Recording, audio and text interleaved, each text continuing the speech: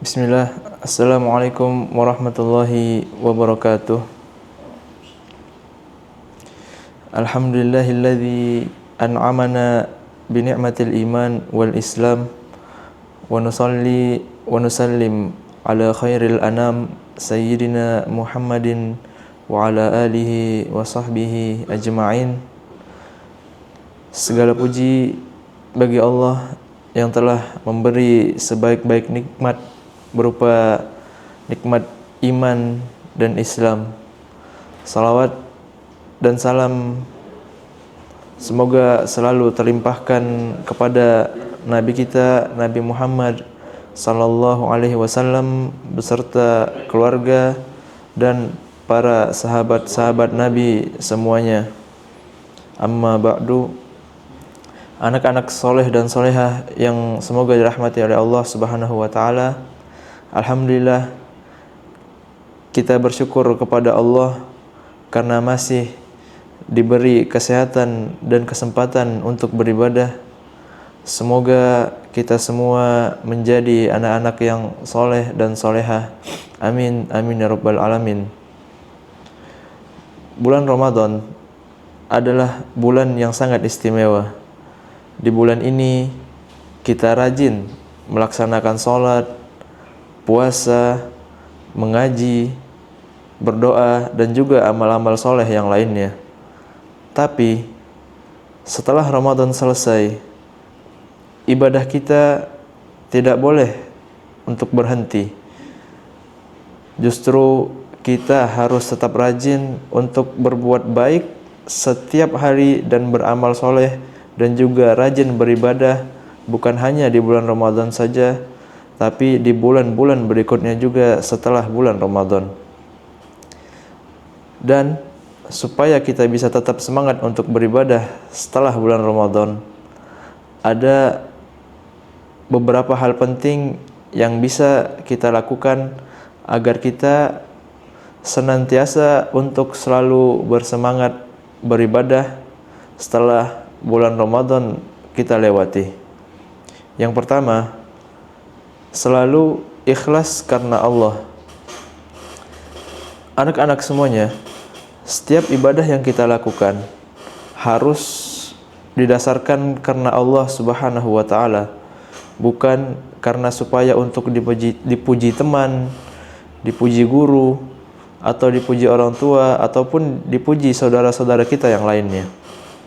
Kalau kita sholat, mengaji, dan membantu orang tua, kita niatkan karena Allah Subhanahu wa taala, maka Allah akan memberi kita pahala yang banyak.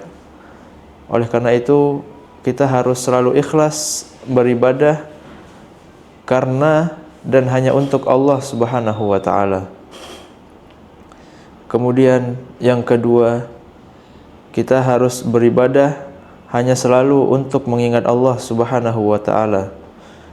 Biasakan bagi kita untuk mengingat Allah setiap hari. Misalnya dengan selalu membaca basmalah sebelum melakukan segala aktivitas kita. Kemudian membaca doa sebelum kita melaksanakan kegiatan kita, apapun itu kegiatan kita. Dan kemudian berzikir baik itu pagi petang maupun setelah kita melaksanakan sholat fardu, sholat 5 waktu. Dengan sering mengingat Allah, insya Allah hati kita akan selalu menjadi tenang dan senang untuk berbuat baik. Kemudian yang ketiga, berteman dengan teman-teman yang baik. Anak-anak sekalian, pilihlah teman-teman kamu semuanya teman yang rajin sholat, sopan, dan juga suka menolong. Karena kalau kita berteman dengan orang-orang yang baik, maka niscaya kita juga akan ikut menjadi orang baik. Tapi kalau kita semua berteman dengan orang-orang yang tidak baik, kurang baik, atau teman-teman yang malas dan suka berbuat nakal, maka bisa saja kita akan menjadi orang yang malas dan orang yang nakal juga. Oleh karena itu, kita harus bisa untuk memilih teman-teman yang baik dan meninggalkan teman-teman yang kurang baik.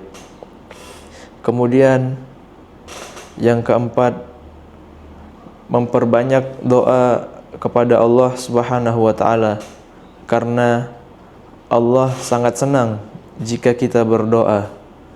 Dan contoh doa yang bisa kita lakukan kepada Allah Subhanahu wa taala ialah di saat-saat setelah kita sholat 5 waktu, kita bisa berdoa. Sebelum kita tidur, kita bisa berdoa. Setelah kita bangun pun, kita juga bisa berdoa. Dan di saat sebelum kita ingin melaksanakan kegiatan atau melaksanakan aktivitas kita setiap harinya, kita juga bisa berdoa kepada Allah Subhanahu wa taala. Mintalah kepada Allah supaya kita semua ini dijadikan orang-orang atau dijadikan anak-anak yang rajin beribadah dan berakhlak yang baik. Kemudian yang kelima, tetap rajin beribadah meskipun sedikit.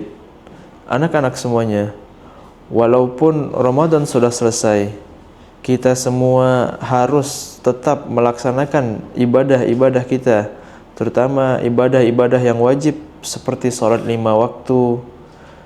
Kemudian ibadah-ibadah yang biasa kita lakukan selama bulan Ramadan harus kita tetap jalankan juga di luar bulan Ramadan, seperti mengaji.